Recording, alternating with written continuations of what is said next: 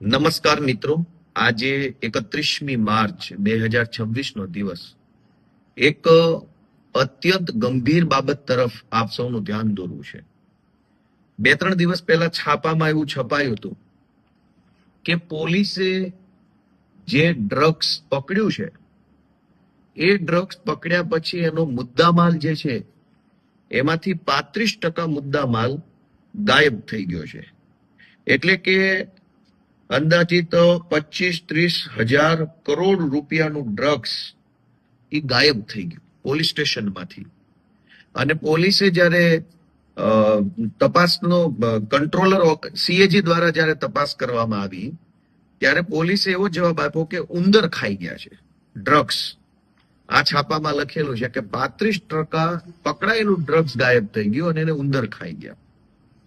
પછી આજના છાપામાં બીજું આવ્યું છે કે પોલીસે જે અફીણ પકડ્યું હતું, અફીણ પોલીસ સ્ટેશનમાં ઓગળી ગયું.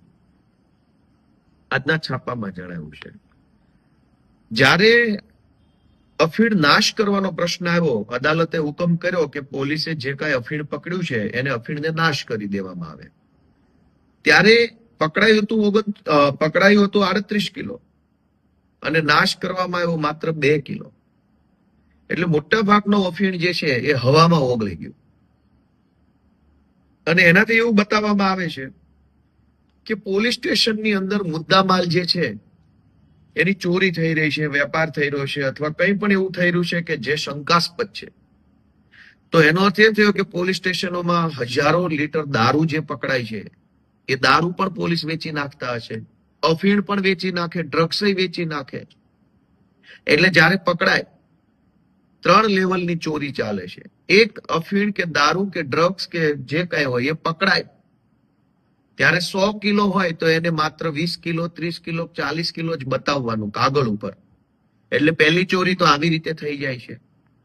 પછી માનો કે 50 કિલો જ કાગળ ઉપર બતાવ્યું 100 માંથી, તો એ 50 કિલો ડ્રગ્સનો જ્યારે નાશ કરવાનો આવે ત્યારે 50 માંથી 10 જ વધ્યું હોય છે. 40 કિલો ઉંદરો ખાઈ જાય છે અથવા પોલીસ વેચી નાખે છે.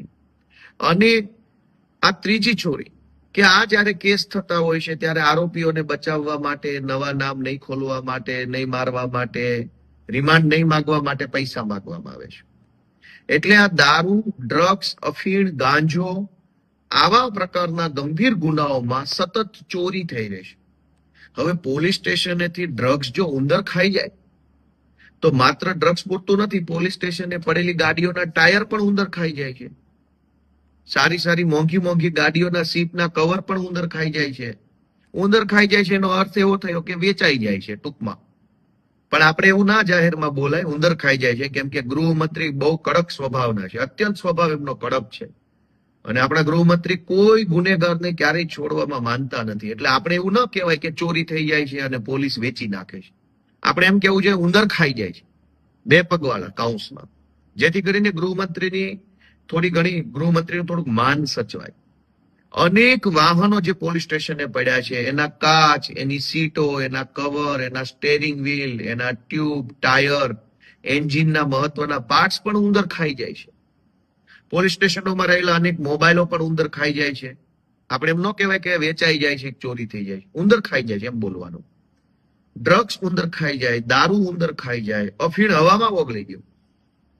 કોર્ટે એવું કીધું કે તમે જેટલું અફીણ પકડ્યું છે એટલા અફીણનો નાશ કરો, તો 29 કિલો અફીણ હવામાં ઓગળી ગયું, ઓછું થઈ ગયું.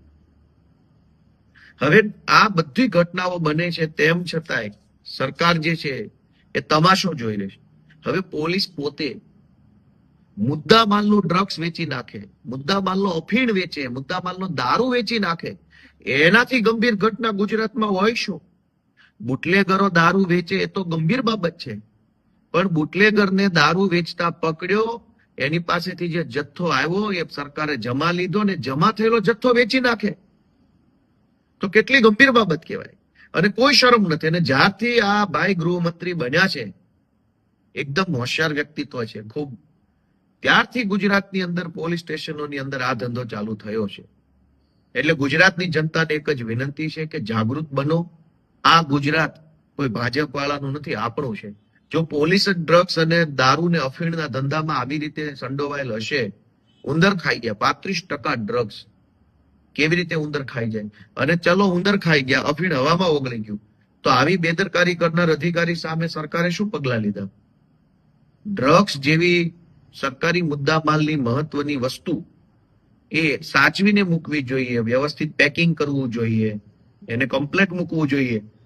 એટલી સમજણ તો ગાંડા નહીં પડે. તો જે પોલીસ અધિકારીઓએ ડ્રગ્સની સાચવણી વ્યવસ્થિત નથી કરી સરકારી મુદ્દામાલની, એમની સામે સરકારે કેમ પગલા ન લીધા? ઉંદર ખાઈ ગયા છે એવા જવાબથી સંતોષ કેમ માની લીધો?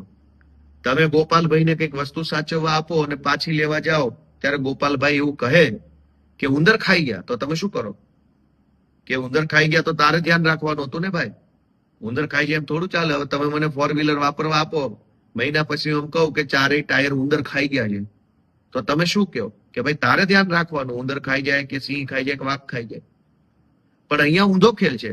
પોલીસ અધિકારીઓએ સરકારને એવો જવાબ આપ્યો કે સાહેબ ડ્રગ્સ ઉંદર ખાઈ ગયા છે, અફીણ હવામાં ઓગળી ગયું છે, દારૂ ગાયબ થઈ ગયો છે. તો સરકારે કીધું સારું, કઈ વાંધો નહીં ભાઈ, એવું થયું હોય તો હવે શું કરવાનું? તો દોસ્તો, અત્યંત ગંભીર બાબત છે કે ડ્રગ્સ દારૂ જેવી વસ્તુઓ પોલીસ સ્ટેશન માંથી વેચાય છે, કાઉન્સમાં ઉંદર ખાઈ જાય છે. એ પ્રત્યે લોકો જાગૃત બને એટલી જ વિનંતી છે. રાજનીતિથી ઉપર ઉઠીને આ વિષયને વિચારો. ભાજપ, કોંગ્રેસ, આમ આદમી પાર્ટી વિષય નથી. વિષય એ છે કે પોલીસ પોતે આવા ધંધા કરશે તો ફરિયાદ ક્યાં જઈને કરશું આપણે?